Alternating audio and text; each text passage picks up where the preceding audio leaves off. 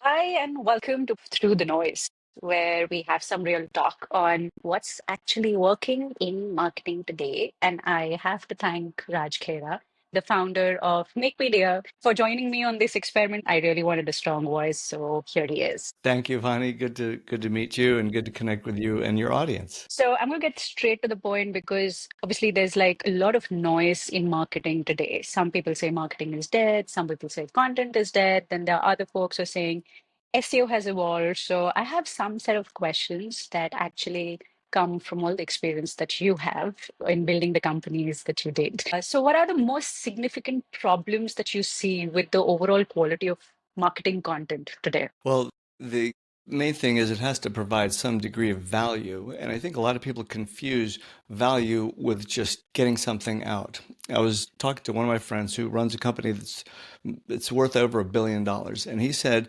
he's got people writing blog posts, but he doesn't get any value out of it. There's no business coming in. And I looked at his content, and quite frankly, it was all garbage because there's nothing there that's unique, nothing that you couldn't get by typing in a prompt into ChatGPT. There's no authenticity behind it. It's just regurgitated information that you can get anywhere. So, one thing people can do to see if their content has some degree of quality is if you swapped your name out and put someone else's name on the same content, would anyone know? Because if they don't, that means your content is just swappable with someone else's content. There's nothing new in it. There is a way to create something that's brand new that only you have, and that is to talk about your experiences. Perhaps if you're a leader in your business, talk about your origin story. Talk about how you got to where you are. Talk about conversations that you've had with team members, with customers, prospects. There's only one place that information resides, and it's right here. It's in your mind, in your head. And when you start sharing those kinds of conversations and insights that were derived from those conversations, you have content that AI can't replicate because it's not in AI training data. It's real stuff. And it just makes you much more relatable. And that's actually what grows your brand and drives in business. So what I hear is that, there's a lack of what we used to call quality, but then also now we call it noisy. So how do you typically define something that's high quality content? I mean, you've answered some of it in this answer as well, but this market is entirely saturated. When you say personal experiences, I'm sure we've all come across so many blog posts, so many LinkedIn posts that feel that personal wasn't quite required or that personal isn't meant for this space. So, Mhm. how do you define high quality content combined with those personal experiences without really, making it a pity party out of practically every content piece that you push out there? Yeah, yeah. Well, so authenticity can have multiple angles to it, and it doesn't need to be you have to be vulnerable about your deepest secrets. That's not necessarily what it means. It just means you have to be real. And I'll give you an example of this. So I have two kids in their early 20s, and they are in the entry-level job market like a lot of other people in that age bracket. And so I'm watching what's happening in the industry, especially with AI and AI agents taking over entry level jobs. So I could have made a post that just talked about AI agents are affecting entry level jobs, but that's not what I did because that sounds, I mean, you've heard this before, right? So what I did is I changed the way I looked at that post and I said, I'm a parent of two kids in their early 20s, and I'm watching how AI is affecting the entry level job market. That post for me got thousands and thousands and thousands of views because it was speaking from experience. It was speaking to people in their 20s because they're going through this. It was speaking to parents who are watching their kids go through this. And so I even had comments from people who are running billion-dollar companies post comments on that post because it was so relatable. And so you can talk about a topic that other people are talking about, but do it from an angle that's really you, something that you're experiencing, something that you're seeing.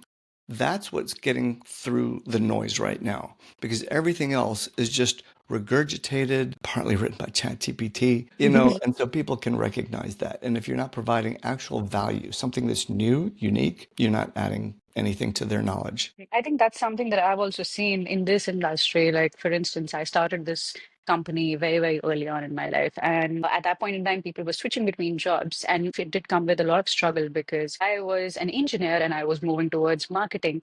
But somehow that story has never made it to my LinkedIn because there are so many other people who have romanticized the entire idea of how we're forced to do engineering, but now we're marketers because this was our calling. While in my case, it turned out to be absolutely opposite. It turned out to be my strength. And I'm like, oh, so if I talk about my engineering background as a strength, maybe people are not going to respond as much to it because it's not a sob story or it's not something that, would attract the audience or what people usually want. So I've been like, kind of just procrastinating over the idea of sharing my background, on LinkedIn I posts or say maybe do even it. on the I say blog. do it. So I'm a semiconductor electronics engineer. And my graduate work was on using, this is many years ago, on using AI to improve semiconductor fabrication. And so I've published research papers and all that. And after 8 years of being an engineer, I really got tired of it. And I knew that I just had to scratch this itch. And I wanted to start a company. I had no idea because in engineering school, as you probably know, and as if there are technical founders listening to this, you know that they do not teach you a single thing about business in engineering school, partly because professors don't know anything about it.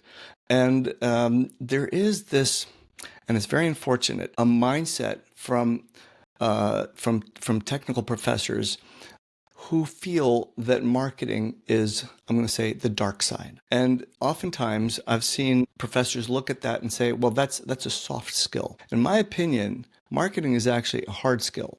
Because when you think about it, for engineering, there's a way to solve a problem. There may be multiple ways to solve a problem, but you need to get a 100% solution. So if you were to design a boat and you said to the professor, well, I've designed this boat, it's going to float 80% of the time. You'll get a failing grade because that has to float 100% of the time.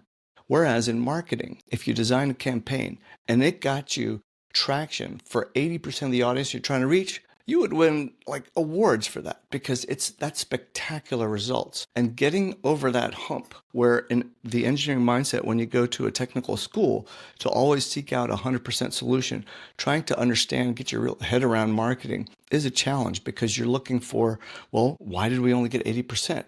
And all the marketers are saying, that's genius, that's gold. And you're looking at it and saying, only 80%? And so that's a big challenge that I think that many technical founders struggle with. So what I've done, and perhaps you can also do that too, is I talk about that exact struggle. And I tell you, those are some of the posts that go viral for me because there's so many people out there that can relate to that exact experience where they want to do marketing. They know marketing is necessary to get business for the tool they built, but how do you go about doing it? So there's lots of room for that kind of engagement. I'm going to put that on my list to do this month because Yeah. I've been dilly-dallying on it for quite some time. So I think, yeah, okay, this is a new perspective for me. So I'm definitely going to do it. Well, it's Okay. it's authentic because there's nobody else in the world that's got your story. It's your origin story, how you went from being a technical person to getting into marketing, and what advice you might have for other people who are also facing that same challenge, so that they can undergo a transformation as well. I'm definitely going to do it. Yeah, I'm going to break it All into a right. couple of series, maybe turn it into a series of posts because I Yeah. get those questions a lot when people meet me in person, but it's usually in person, restricted to those conversations. I'm going to take it online very, very soon. You did mention that, there are people who are pushing out content, which is mostly sometimes just ChatGPT, right? It's triggered, the ideas are triggered from there. I mean, as creatives, we use AI far too often now. Where do you think people are making the most common mistakes or cutting corners, or as we say, finding shortcuts while creating content? Like there was a time when, sharing content was so important that people put in the effort. Then came AI, and now everything practically sounds the same.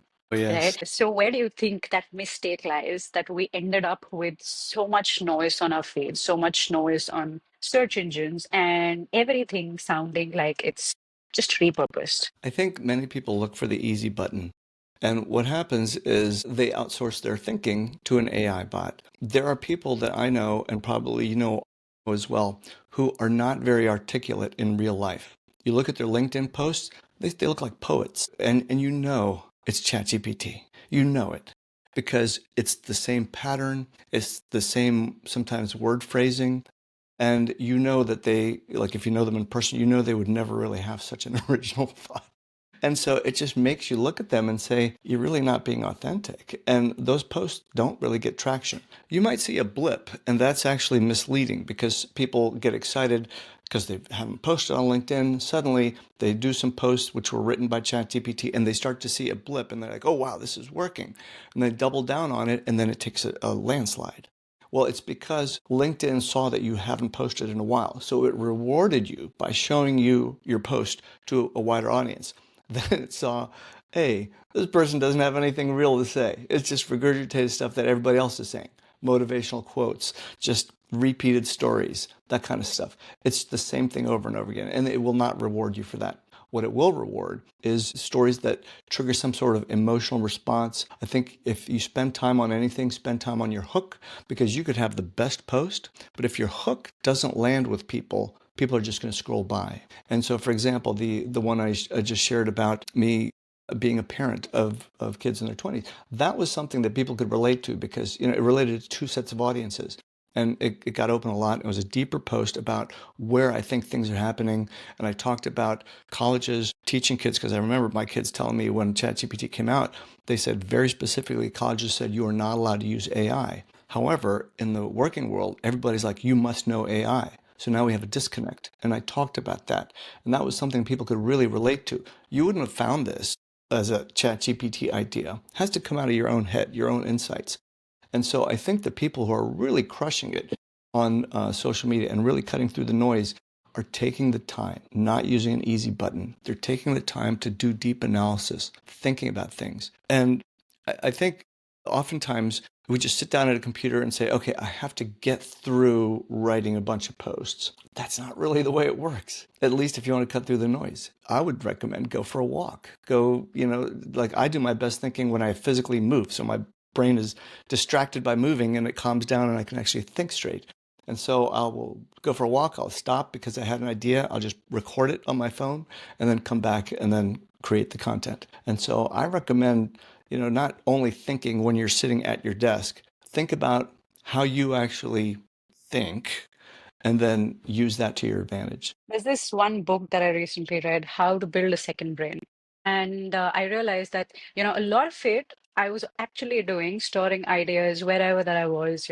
For me, my maximum ideas come while I'm working out. So it's actually absurd. So I have to stop my workout and then just jot it down that this could be tomorrow's post. Or maybe, I meet a lot of entrepreneurs in the gym. So I go and I ask them something, or we've had a conversation. I'm like, that's an idea. And then I not note down that sentence as well.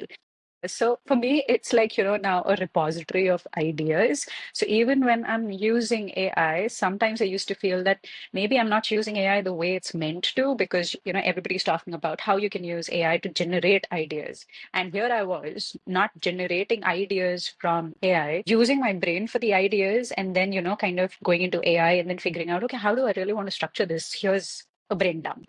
Right. So I've been seeing that too. Which Yeah. brings me to another question, really. There is this challenge of content fatigue and information overload that I think each one of us is right now facing. Also, it could be absolutely in any format, even videos for that matter. With those AI clone videos coming up, there are videos practically at the same pace at which we used to see LinkedIn posts and blogs getting published. How do you think this has changed the way marketers really need to think about their content strategy, considering that there's so much noise out there now? So a few years ago, Goldman Sachs came out with a report that estimated the content creation market is going to be a $500 billion market just in the next couple of years. There are so many people becoming content creators, and it's on all different types of platforms. So the big question, to your point, is how do you stand out from the noise because there's so much noise? And I think the real thing is to just talk about your experiences and talk about your own voice. The other thing that we do, especially at Make Media, because I've done this for a while, this is how I built my prior companies, was by creating content. And we used to get thousands of people signing up for our trials every single month because of the quality of the content we produced. What we did was we started with the questions. Well, first we started with who we thought our ideal buyer was, your ICP, ideal client profile. From there, you can start to understand ideal client profile is not a person. That's a company. That's the type of buyer. The next inside that ideal client profile, you have buyer personas. So it could be the end user of a tool. It could be the manager who manages that end user. And it could be the CFO who actually writes the check. And so you have three different personas. It could be other personas too. But when you start looking at the questions every single persona has along their entire buyer journey, which is multiple stages, the awareness stage that they have an issue that they want to solve, consideration stage when they start looking at solutions, and the evaluation or decision stage, which is when they're looking for specific tools or other types of solutions to buy. They will have different questions along the way. Every persona has different questions.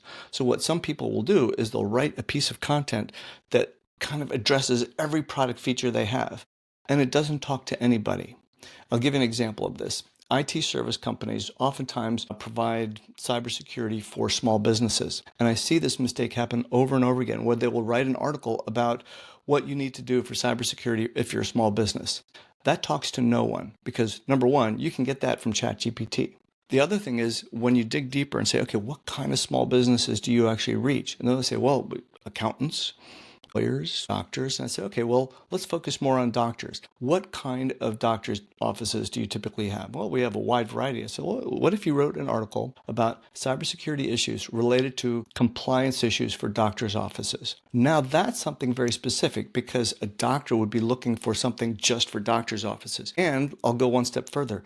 What if it was a multi-office practice instead of a single office? So now if you wrote an article about cybersecurity issues for multiple offices in your doctor practice, so the search volume, the kinds of people looking for that is very low. But when you find those people, they are buyers because they are looking for a specific solution.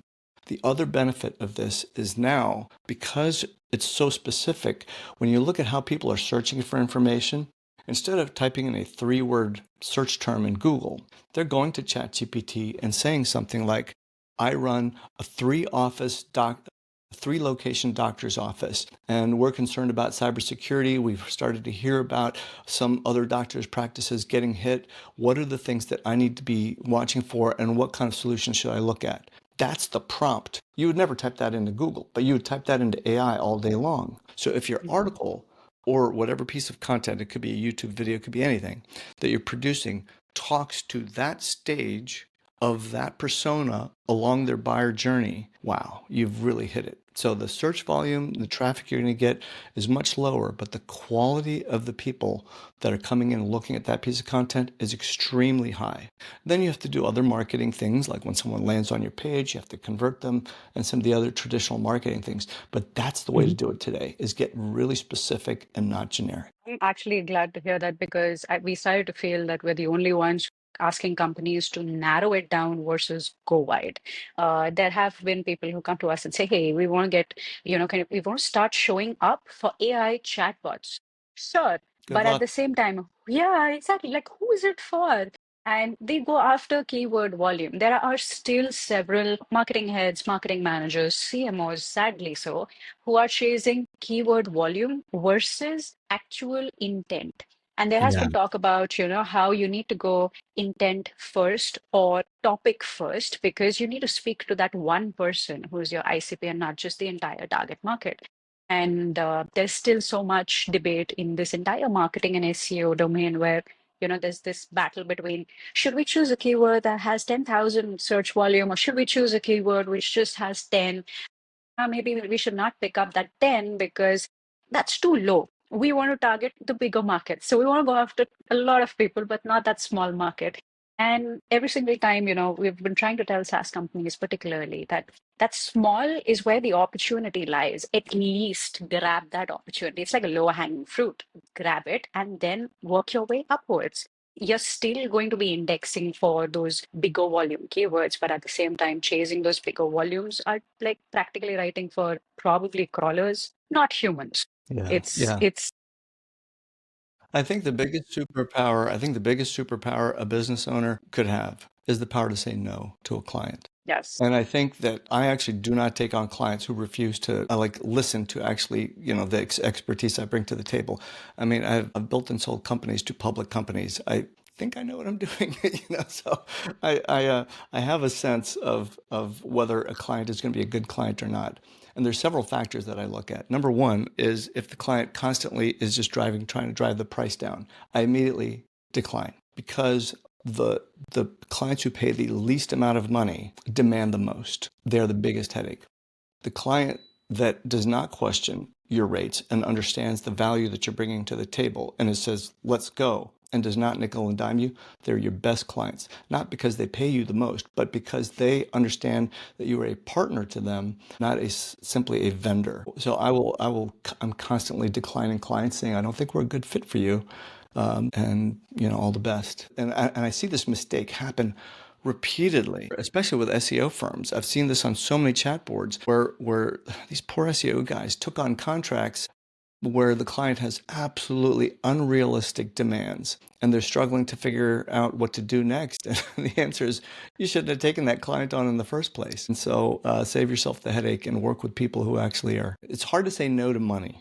It's a big skill, but when you do, it works. And over the 10 years of running Contensify, I think we've reached that point where we're like, we get a sense from a discovery call itself that no, this one looks appealing right now. It's going to be a pain 1 month down the line because they really don't understand what marketing is or how SEO Correct. works, and Yeah. they're absolutely unrealistic. And honestly, when we decline clients, we actually have this internal joke running, right? Whenever they hire someone in-house who comes in and sets up a growth strategy, which is absolutely absurd. Or we're talking to them and they're like, Or it was yeah, generated we're from here. ChatGPT, right? And they think that Yeah. ChatGPT gave them this amazing strategy and it's just rooted in nothing. Yeah, So, and they just need somebody to execute it. So, we have this internal joke on one of our Slack channels where we're like, okay, date, this is when we spoke to them. We give them 6 months.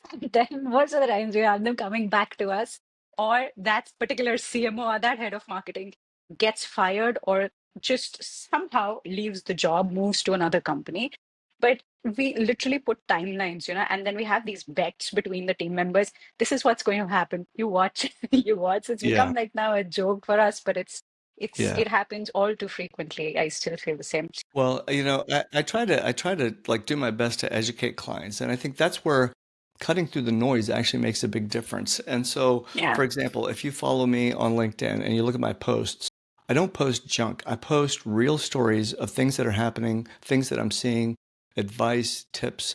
I mean, it's kind of like, getting access to an expensive consultant to understand how to go about solving problems that you're probably facing every day. And I write for just a couple of topics. I don't write all over the map. And so every now and then I may, we do, I go to networking events all the time. So I may post a picture with some other people that I've met and I'll tag them. Those posts tend to get the most number of likes because people like to click and see other people.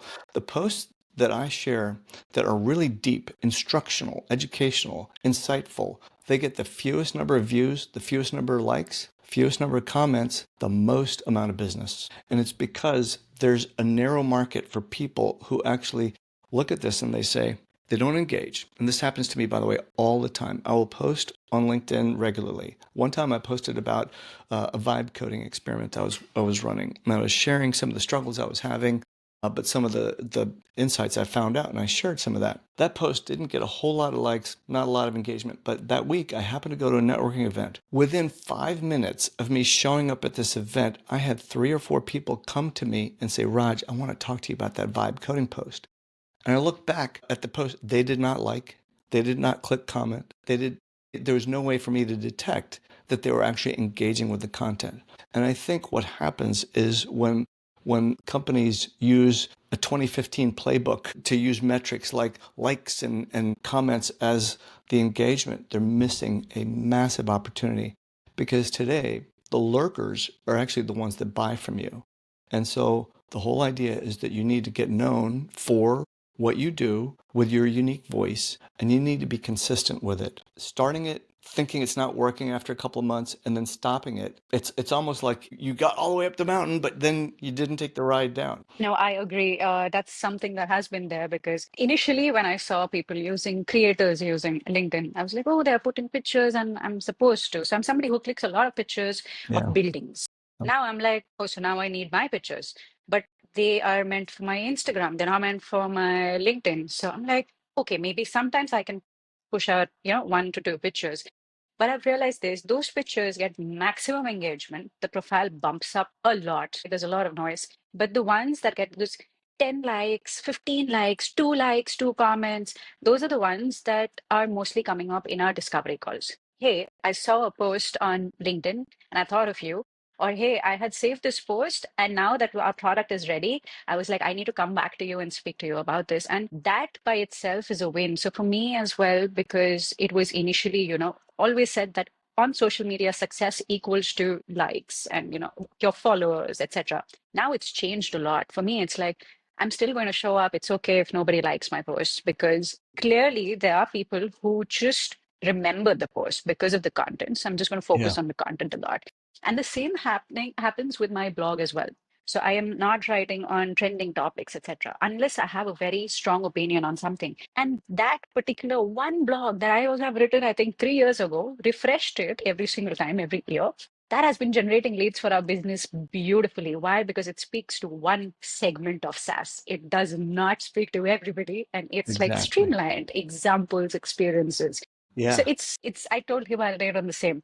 One small question that comes from this, right? And it's often a battle between content marketing, content, brand specialists, and SEO teams. What are your thoughts on balancing SEO optimization with storytelling and authenticity? Because obviously, when we go so narrow and so specific about something, it's not exactly the most SEO friendly piece that we're creating. And there's always this argument between that piece is not, going to give us any kind of success. So what are your thoughts on the same? So I think what's important to remember, and I try to educate clients on this as well, is that what you're doing is creating content clusters.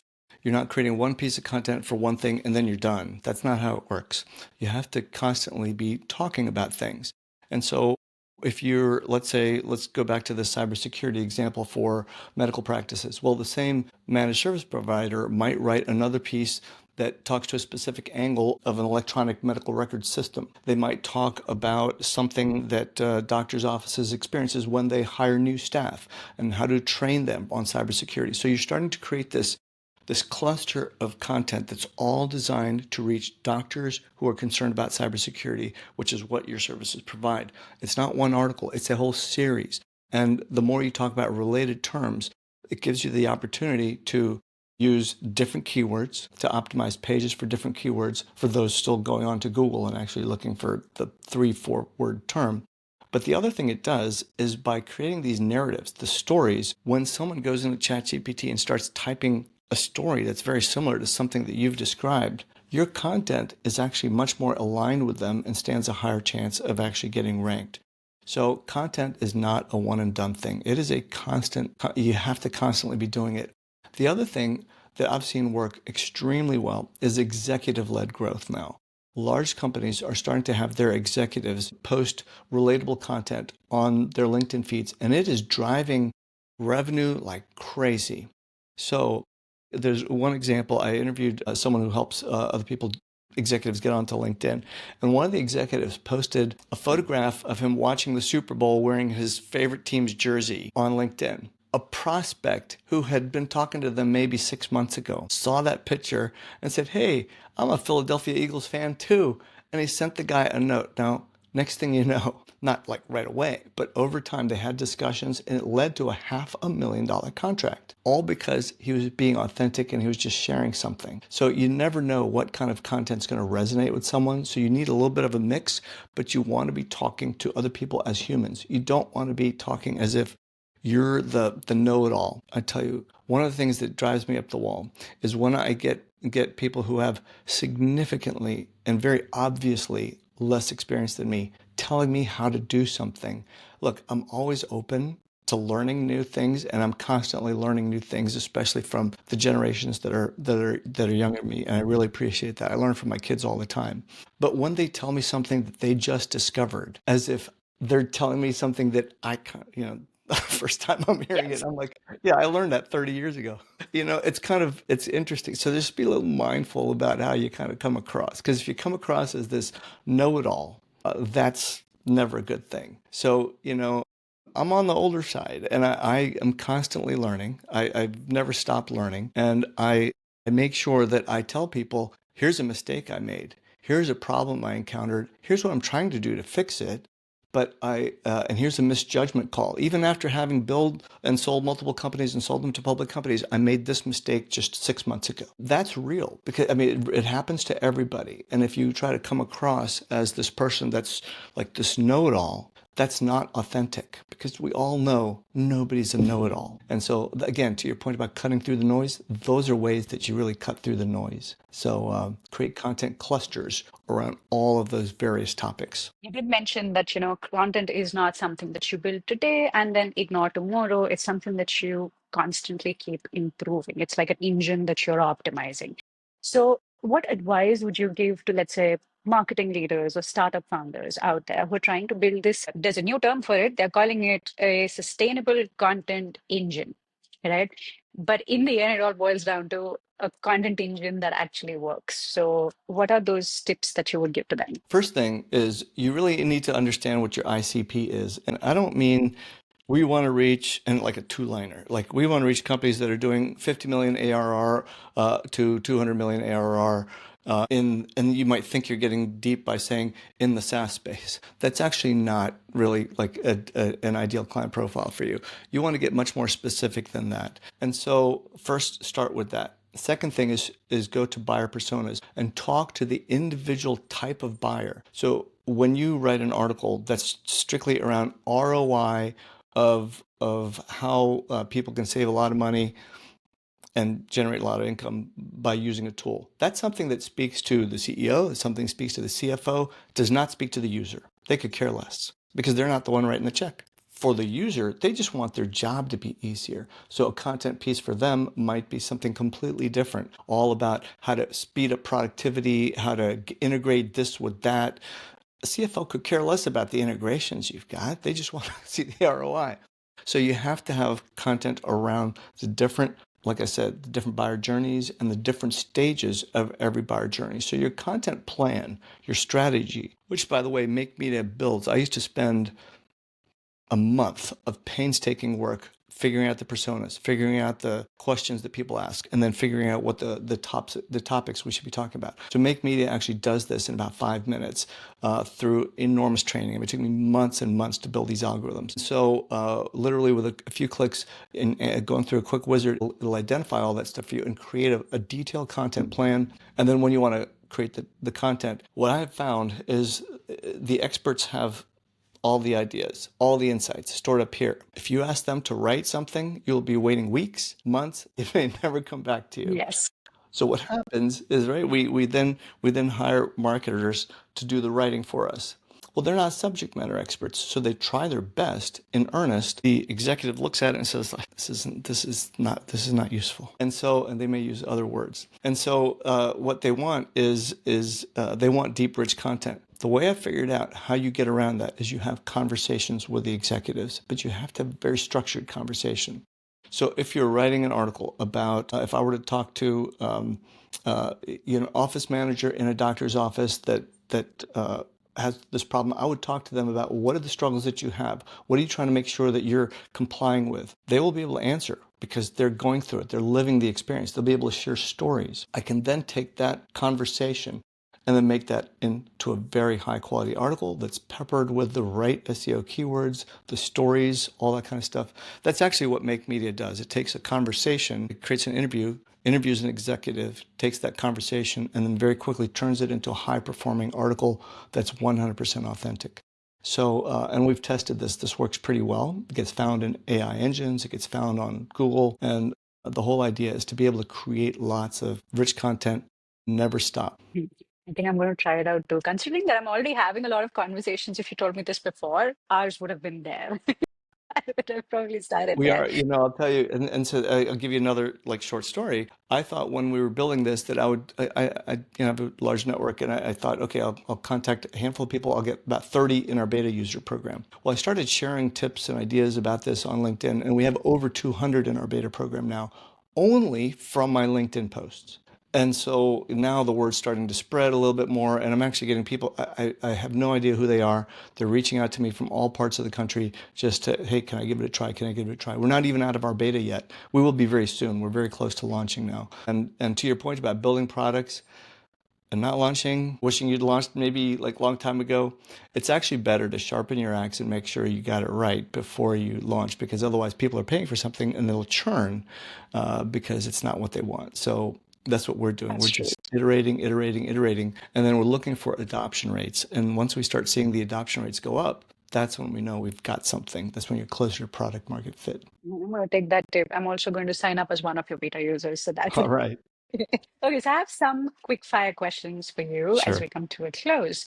What's one recent content piece or campaign you think really nailed authenticity and impact? Any industry works. I can share.